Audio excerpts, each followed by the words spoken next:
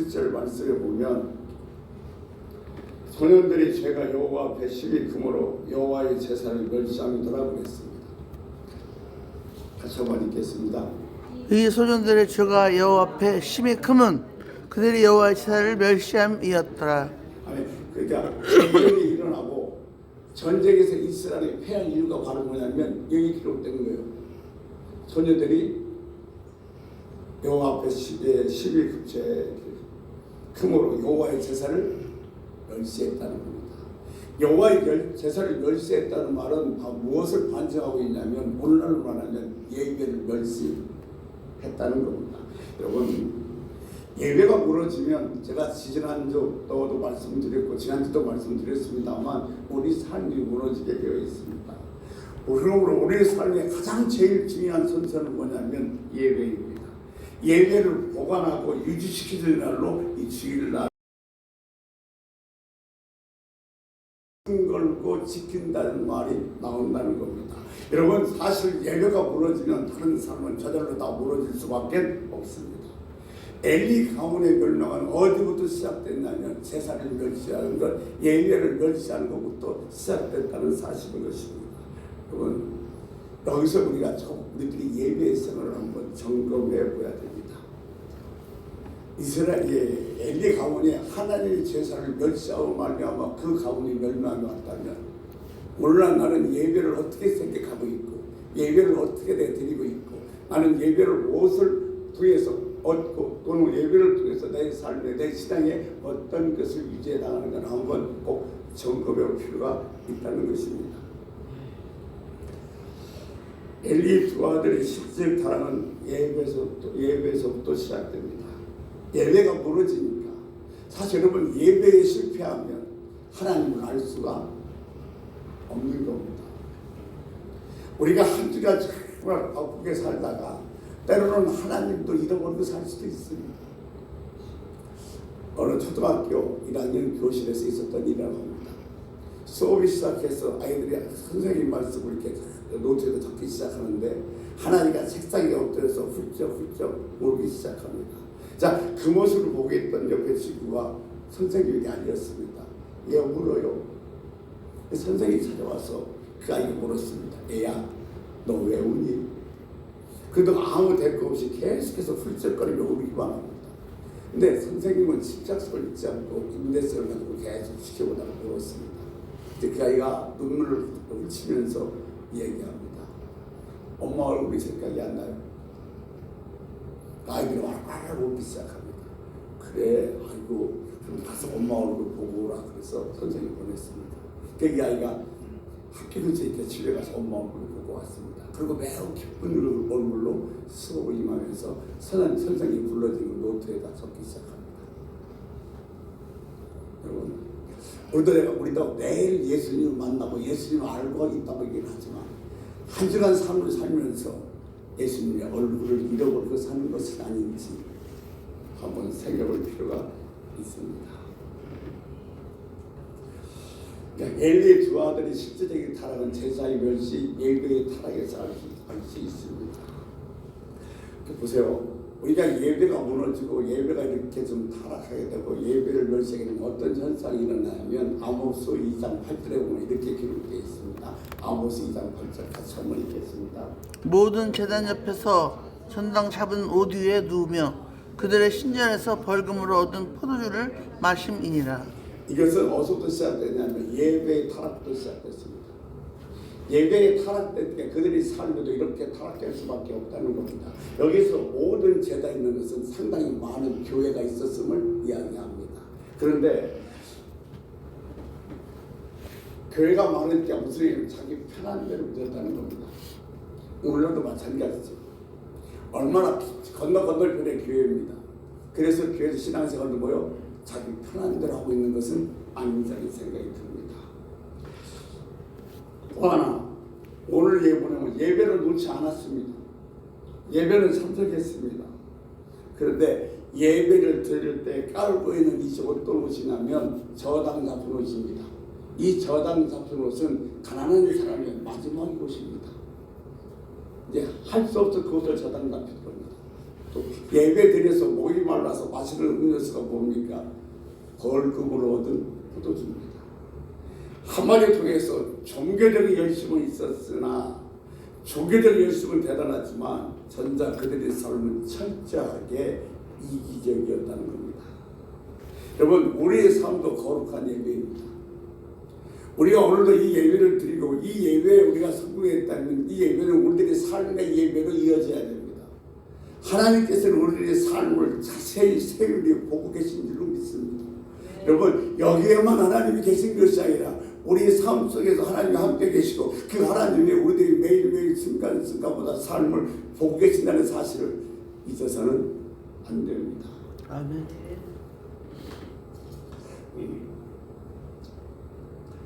봉사, 헌신, 좋은 못해도 괜찮습니다. 그러나 예배는 소홀히 해서는 안 됩니다. 왜냐하면 예배는 세상이 줄 수 없는 은혜를 주므로 말미암아 그 은혜로 죄를 구별하고 세상과 나를 이길 수 있기 때문에 그렇습니다. 그래서 예배는 절대로 소홀히 여기서는 안 됩니다. 제가 계속해서 여러분에게 반복해서 말씀드리고 있습니다만 나는 어떤 일이 있어도 예배만큼은 포기하지 않겠다. 나는 어떤 순간에도 예배만큼은 놓지 않겠다. 나는 어떤 상황 속에서 예배에 성공하겠다. 이런 다짐과 각오가 저와 여러분에게 있어야 될 줄로 믿습니다. 예배가 살아있는 하나님의 백성들은 당당할 수 있습니다. 세상에 나가서 승리하면서 사람들을 축복하고 세상을 변화시켜 나갈 수가 있습니다. 그래서 반드시 예배를 사수해야 됩니다. 지금 이스라엘 민족의 최악의 상태는 전쟁을 통해서 드러났습니다. 오늘 여러분 본문에 보면 하나님을 언약궤로 대체하고 있습니다. 하나님을 법궤로 대체할 수 없습니다. 이 말씀 좀 바꿔서 말씀드리면 내용을 형식으로 대체할 수 없습니다. 사무엘 4장 5절 말씀 드리겠습니다. 우리 같이 한번 읽습니다. 15절 아니고요? 사무엘 4장 5절에 보면 언약궤가 이스라엘 진중들 속으로 들어옵니다. 근데 언약궤가 이스라엘 진중 속으로 들어왔을 때 이스라엘 민족들은 뭐요? 환호를 지릅니다. 자, 그들이 1차 전쟁에서 패해서 4,000명이 죽었습니다. 그자 우리가 왜 졌는가? 야, 법궤가 없어졌다. 그래서 장로들이 뭐요? 실로에서 법궤를 가져옵니다. 법궤를 가져오니까 이스라엘 진영에서는 환호성이 울리기 시작합니다. 그리고 그 소리 들었던 블레셋 사람들은 벌벌 떨기 시작합니다. 왜냐하면 그 신, 그들에게 신은 여호와의 얘기입니다. 그들이 애굽에서 그리고 고개를 걸을 때 어떤 역사를 했는지 10가지 제가 잘 알고 있기 때문에 그 법궤가 와서 우리 큰일 났다고 블레셋 그 진영에서는 벌벌 떱니다. 그러면 그 이스라엘 진영에 법궤가 왔으므로 그 전쟁에서 이스라엘이 승리해야 됩니다. 그런데 그 전쟁에서는 1차에서는 4,000명이 죽었습니다만 2차 전쟁에서는 7배가 넘는 3만 명이 죽었습니다. 법궤가 없어서 진 줄 알고 법궤를 가져왔는데 1차적보다 훨씬 더 많은 군자가 죽었습니다.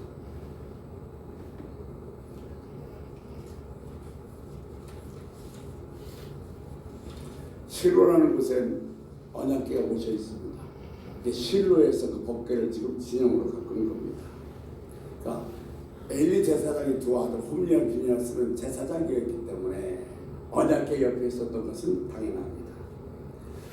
지금 이스라엘 백성들은 아주 회개한 발상을 한 겁니다. 우리가 언약궤가 없어졌다. 그래서 세상에 이 언약궤를 이동할 생각을 합니다. 여러분, 세상에서의 전략이라는 것은 정말로 대단합니다. 언약궤를 옮긴다는 것은 상상도 할 수 없는 일입니다. 그런데 그들은 어떤 지략을 생각해냈냐면 실로에 있는 언약궤를 이 진중으로 가져오다는 겁니다. 지금 하나님을 뭘로 대체하고 있냐면 언약궤로 대체하고 있습니다. 제가 신학교 다닐 때 지금도 잊어버리지 않습니다. 구약을 가르치던 김치호 목사가 정말 천천살인의 배경 대사를 말씀하셨는데 뭐라고 하냐면 지금 이스라엘 백성들이 언약궤를 실로 해서 진죽으로 갖고 왔다 그러니까 이것은 뭐야 언약궤가 아니라 궤장이라고 그랬습니다.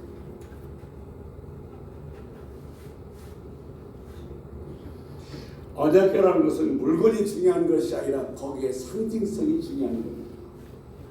그런데 이스라엘 백성들은 하나님을 언약궤로 대체해버렸습니다. 이게 뭡니까? 우상입니다. 여러분 십자가가 우상이 될 수 있는 이유도 그렇습니다. 교회 건물이 우상이 될 수 있는 이유도 그렇습니다. 그 어떤 것도 하나님으로 대체할 수는 없는 겁니다. 죄송합니다. 이런 표현은 죄송합니다만 어떤 교회는 자기가 큰 교회에 다니고 있는 것이 자기의 마치 실력이냐 착각성이 많을 수도 있습니다. 우리들이 지식 속에는 세속적인 가치가 많이 배어 있습니다. 그래서 하나님을 형식으로 대체하는 일이 오늘날 교회 안팎에서 얼마나 많이 일어나고 있는지 모릅니다. 여러분 기억하십시오. 그 어떤 것도 하나님을 대체할 수가 없습니다. 그렇게 해서 이 회개한 사건이 벌어진 것입니다. 이것은 있을 수 없는 일입니다. 신명기 12장 5절 말씀에 보면 오직 너희 하나님 여호와께서 자기 이름을 두시려고 너희 집 빠지게 택하신 것을 그곳으로 찾아가서 그랬습니다. 무슨 얘기냐면 법궤를 두고 법궤를 찾아가야 되는 것이지 그 법궤를 내가 필요하다고 옮겨올 수는 없다는 겁니다. 이미 그 법궤가 있는 곳에 하나님이 오신 곳에 상징성을 하는 곳에 찾아가는 것인데 그 법궤를 저 진영으로 데리고 가지고 왔다. 그래서 김치호 교수가 이건 법궤가 아니라 배짱이라고 얘기한 겁니다. 어떻게 언약궤가 왔다 갔다 할 수 있겠습니까? 신명기 5장 11절 말씀을 보면 언약궤가 안치되어 있는 성소로 백성이 찾아가는 것이 맞는 것이지 자기들의 일상의 어떤 환경의 필요에 따라서 언약궤를 옮겨다 놓는다는 것은 있을 수 없는 일이라는 겁니다. 그런데 중요한 이것은 뭐냐면 우리도 그런 식으로 하나님을 이런 표현을 좀 죄송합니다만 부려먹고 있다는 겁니다. 마치 요술램프 알라딘처럼 부르면 주인님 부르셨습니까? 뭘 필요합니까? 예, 알아서 해결하겠습니다. 마치 도깨비 방망이처럼 생각하면서 신앙생활을 하시는 분이 계시다는 사실입니다. 적어도 이런 상황 속에서는 하나님께서 영광을 받지를 못하십니다. 언약궤 사건은 간단한 사건이 아닙니다. 왜냐하면 이 언약궤 사건을 통해서 지금 이스라엘 백성들이 영적으로 얼마나 타락했고 영적으로 얼마나 침몰했는지를 보여주는 좋은 예이기 때문에 그렇습니다. 오늘 보면 사무엘상 4장 5절에 보면 법궤가 지도에 돌았을 때 이스라엘 백성에게서 큰 소리가 납니다. 큰 외침. 그런데 이 외침은 하나님께 영광을 돌리는 소리가 아니라 자기들이 신나서 지금 외치는 소리 이게 됐다는 겁니다. 그러니까 보세요. 신앙의 형태가 이렇게 얼마나 유치하게 변할 수 있는지 모릅니다. 이게 지금 이스라엘 사건을 통해서 여러분 우리들의 모습을 보고 있는 겁니다. 이걸 통해서 내 모습을 볼 수 있는 은혜가 있었으면 좋겠습니다. 그 결과 이스라엘 백성들은 전쟁에서 패하고 이미 법궤까지 빼앗겨버리고 하나님의 영광이 떠납니다. 오늘 본문서 11절에 보면 하나님께 법궤를 빼앗겼고 아들 둘이 죽었습니다. 대를 지을 아들들이 죽었으니 이미 엘리 제사장의 시대는 끝이 나버린 겁니다. 그 후에 엘리 제사장도 죽습니다. 그런데 여기에 기가 막힌 하나님의 섭리가 있습니다. 죽어야 새로운 시작이 가능합니다. 옛날 길을 놔두고서 새롭게 시작할 수 없습니다. 그래서 신앙에서 뭐라고 말씀하십니까? 옛사람은 죽어야 됩니다. 그래서 전쟁을 통해서 지금 이 엘리 제사 가문이 얼마나 타락했는지를 보여주고 있습니다. 여러분 이 부분을 잘 생각해야 됩니다. 하나님은 옳은 일을만 하시는 분이 아닙니다. 하나님이 하시는 일은 옳습니다. 아멘. 하나님이 옳은 일을 하는 것이 아니라 하나님이 하시는 일이 다 옳습니다. 옳습니다. 아멘. 왜냐하면 하나님은 선에 집중이 되시기 때문에 그랬습니다. 우리가 성경 속에 보면 이해 안 되는 얘기가 상당히 많이 있습니다. 근데 어떻게 하나님께서 이런 말씀을 하셨지? 그런데 우리가 하나님이 하시는 일은 다 옳다고 생각한다는 건 다른 말로 바꿔 얘기해서 하나님의 주권을 인정하는 겁니다. 하나님의 주권을 인정하면 지금 내 지식으로 내 상식으로 이해 안 됐던 부분도 뭐야? 아 그래서 그랬구나 하고 이해가 될 수 있다는 사실입니다. 그 좋은 예가 하나 들어오면 하나님께서 아말렉을 진멸하는데 진멸법을 사용하십니다. 남녀할 것 없이 어린아이, 젖먹이까지 다 죽이라고 합니다. 아니 사랑의 하나님이시 인자하신 하나님이 어떻게 젖먹이까지 죽이라고 하실 수 있을까? 이런 인간적인 생각을 할 수 있기 때문에 할 수 있습니다만 하나님이 하시는 일은 옳으신 일입니다. 하나님은 옳으신 분이십니다. 하나님은 사회법, 역사법 위에 초월하신 전능자, 절대자이기 때문에 그렇습니다.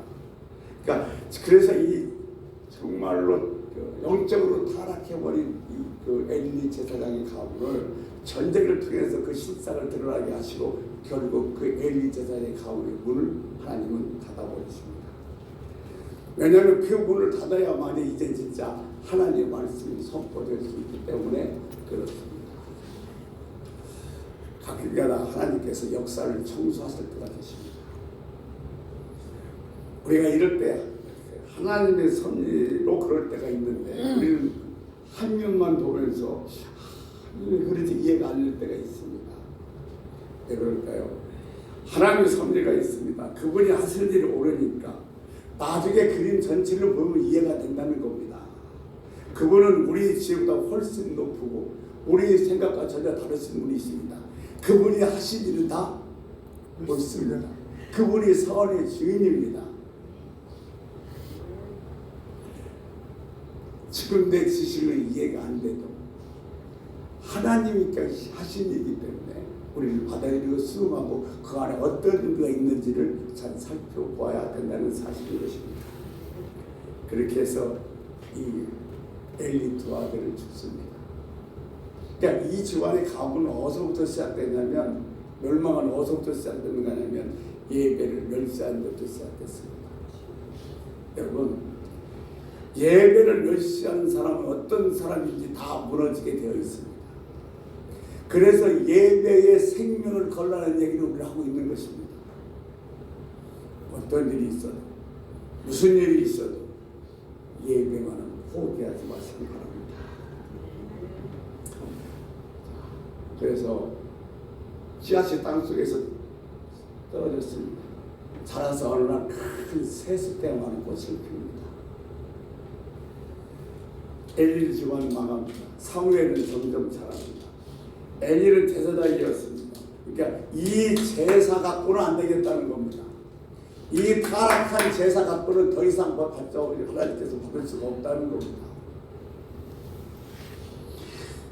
그래서 말라기가 뭐라고 얘기하면 성문을 닫자고 얘기합니다.